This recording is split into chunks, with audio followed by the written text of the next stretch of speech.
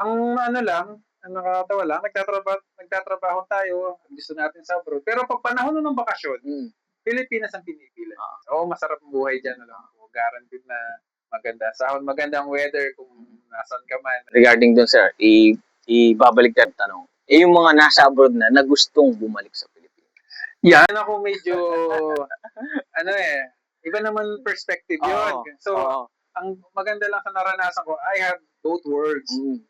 Nag-abroad, tas Oo. from abroad, umuwi. Kailangan kayo ng Pilipinas. Oo. Siguro, may sound dramatic, Oo, medyo patriotic, kailangan kayo ng Pilipinas.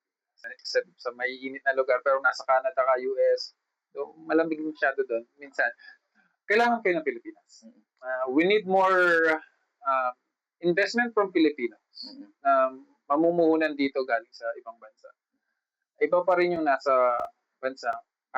Iba yung feeling. Alam naman nila yan. I don't think na magkaka-argument tayo na mas masarap pa rin sa Pilipinas. Kahit sa maraming negative things na pwede ka sabihin, pero pag kinumpara mo yung bansang kinalakihan doon sa bansang pinagtatrabahuan mo ngayon. Kaya nagbabakasyon, di ba? Ang ano lang, ang nakakatawa lang, nagtatrabaho tayo, gusto natin sa abroad. Pero pag panahon ng bakasyon, Pilipinas ang pinipili. Di ba? Ay, yung foreigner dito nagbabakasyon. Siguro, sa mga gusto mong bumalik, aralin nyo before kayo umuwi. Ako, siguro share ko lang yung experience ko. Yung last 2 years ko sa trabaho, nakaset na ako umuwi. Nag-aaral ako. So, habang may trabaho pa ako, nag-start na to. So, 2022, nag-start na kami. Siguro pro tip based on experience, yung mga failures mo, kaya ka pa ng suportahan ng trabaho mo. Diba? Sumasahod ka pa. So, may mga early mistakes ka, may pagkukuhanan ka pa. Unlike na iipunin mo ng todo, kahit gano'n pa kalaki yan, pag inipon mo at dinala mo dito, wala kang karanasan, at wala kang enough knowledge, maubos yun.